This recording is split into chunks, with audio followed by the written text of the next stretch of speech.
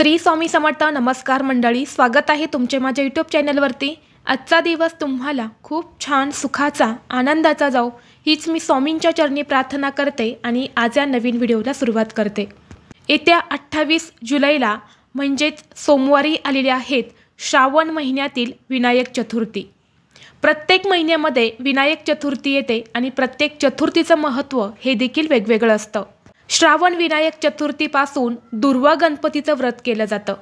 हे दुर्वा गणपतीचे व्रत करायला अतिशय सोपं आहे, पण हे व्रत केल्यामुळे त्याचे जे लाभ आहेत तर ते इतके मोठ्या प्रमाणामध्ये आहे की तुम्ही एकदा हे व्रत नक्की करून बघा। गणपती बाप्पा जे आहे तर ते शीघ्र पावणारे देवता आहेत, सुख करता दुःख हरता ते आहेत। म्हणून श्रावणामध्ये पूर्ण फळ देणारे असे दुर्वा गणपती व्रत कसं करायचं आहे, कधी करायचं आहे, त्याचबरोबर या दिवशी आपल्याला 21 दुर्वांचा हा अत्यंत प्रभावी उपाय देखील करायचा आहे। हा उपाय केल्याने सर्व कामात यश मिळेल, आपली अडलेली सर्व कामे पूर्ण होईल, पैसा वाढेल, घराची मुलांची पतीची अगदी भरभरून प्रगती होईल, तुमच्या मनातील कितीही कठीणातील कठीण इच्छा ही बाप्पा पूर्ण करतील। तर असा 21 दुर्वांचा उपाय कसा करायचा आहे, कोणत्या वेळेत करायचा आहे याबद्दलची संपूर्ण माहिती आज या व्हिडिओमध्ये मी तुमच्यासोबत शेअर करणार आहे। त्यामुळे तुम्ही हा व्हिडिओ स्किप न करता शेवटपर्यंत नक्की पहा। चॅनलवरती नवीन असाल तर सबस्क्राइब करा आणि असेच माहितीपूर्ण नवनवीन व्हिडिओ पाहण्यासाठी बेल आयकॉनला प्रेस करा, म्हणजे जेव्हा कधी मी नवीन व्हिडिओ अपलोड करेल त्याचं नोटिफिकेशन सर्वात अगोदर तुम्हाला भेटेल आणि तुम्ही एक पण व्हिडिओ मिस करणार नाही। तर बघा, येत्या 28 जुलैला म्हणजेच पहिल्या श्रावण सोमवारी विनायक चतुर्थी आहे। तर या विनायक चतुर्थीच्या दिवशी तुम्हाला दुर्वा गणपती व्रत जे आहे तर ते सुरू करायचं आहे।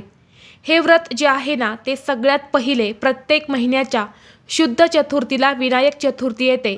प्रत्येक महिन्यात एक संकष्टी चतुर्थी असते आणि एक विनायक चतुर्थी असते। तर शुक्ल पक्षात चतुर्थीला आपण विनायक चतुर्थी म्हणत असतो आणि कृष्ण पक्षातल्या चतुर्थीला संकष्टी चतुर्थी असं म्हटलं जातं। आणि अगदी सोप्या भाषेत सांगायचे झाले तर पौर्णिमेनंतर चौथ्या दिवशी जी चतुर्थी येते तर ती संकष्टी असते आणि अमावस्यानंतर जी येते तर तिला विनायक चतुर्थी असं म्हटलं जातं। तर श्रावणातल्या विनायक चतुर्थी जी आहे तर ती अतिशय विशेष मानली जाते। या विनायक चतुर्थीला गणपतीचे दुर्वा गणपती व्रत केलं जातं। हे व्रत जे आहे तर ते कुणी 1 वर्ष करतं, कुणी 2 वर्ष, कुणी 3 वर्ष किंवा कुणी 5 वर्ष जे आहे तर ते करत असतं। आणि म्हणून तुम्हाला शक्य असेल तर तुम्ही आवर्जून उद्या पहिल्या श्रावण सोमवारी हे दुर्वा गणपती व्रत जे आहे तर ते आवर्जून करा।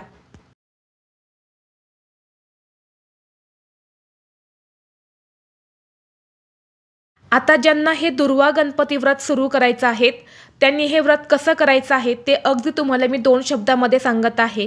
तर बघा, तुम्हाला उद्या व्रताचा प्रारंभ करून पुढचे 6 महिने प्रत्येक विनायक चतुर्थीला तुम्हाला गणपती बाप्पांची पूजा करून व्रत करायचं आहे आणि माघ महिन्याच्या शुक्ल चतुर्थीला व्रताचं उद्यापन करायचं आहे। आणि त्याचबरोबर या दुर्वा गणपती व्रताच्या दिवशी दुर्वांना अनन्यसाधारण महत्त्व दिलं जातं।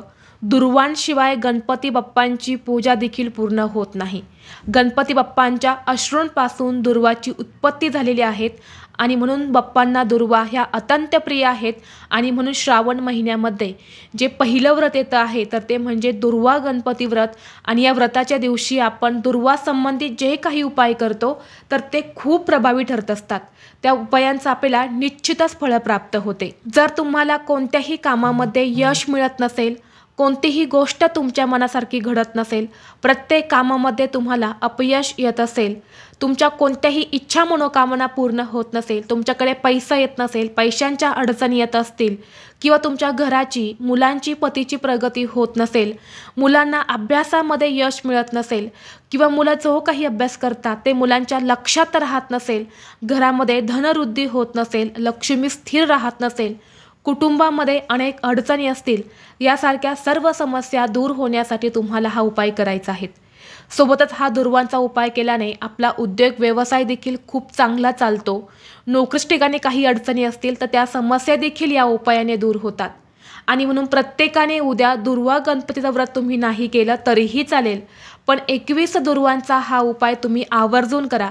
वर्षातून एकदाच केला जाणारा हा उपाय आहे, त्यामुळे तुम्हाला प्रत्येकाला आवर्जून करायचा आहे.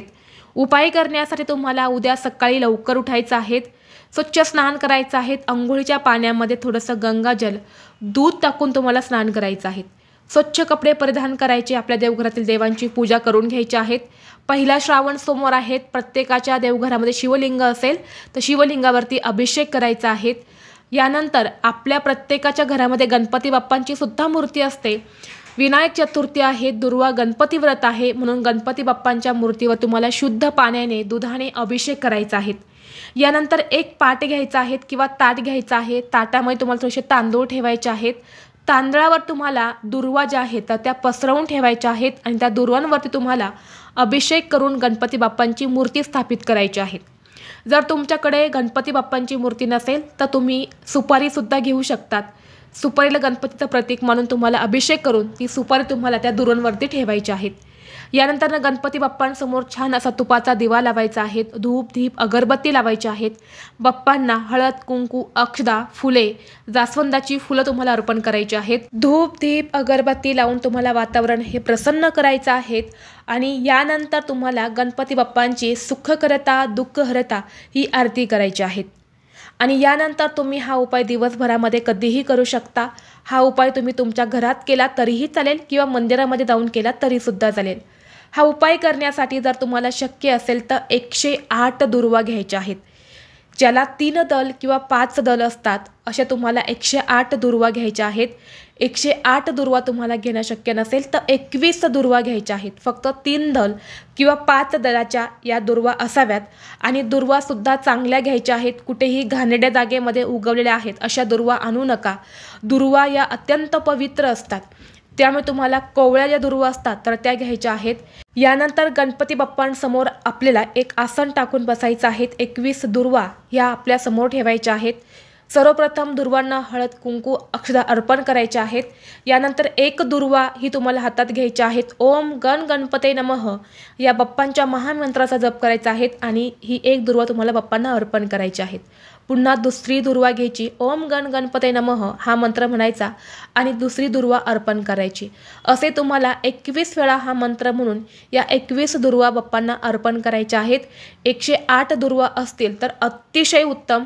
108 वेळा हा मंत्र म्हणून या 108 दुर्वा ज्या आहेत तर त्या तुम्हाला बाप्पांना अर्पण करायच्या आहेत.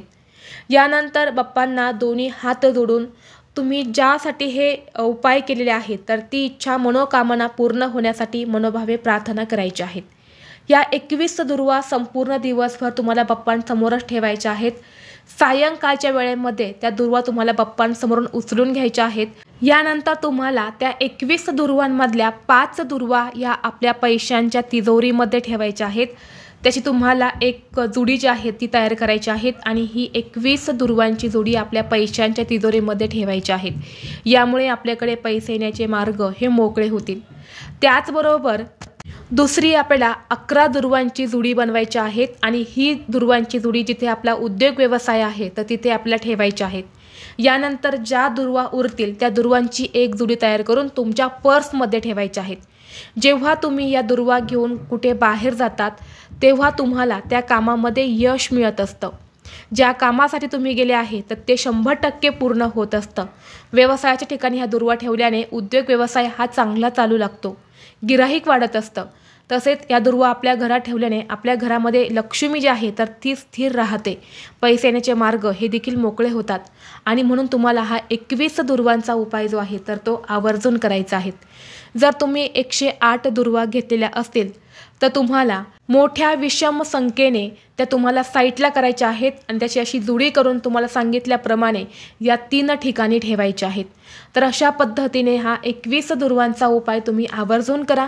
शक्य असेल तर मंदिरामध्ये जाऊन केला तरी चालेल किंवा घरच्या घरी तुम्ही केला तरीसुद्धा चालेल.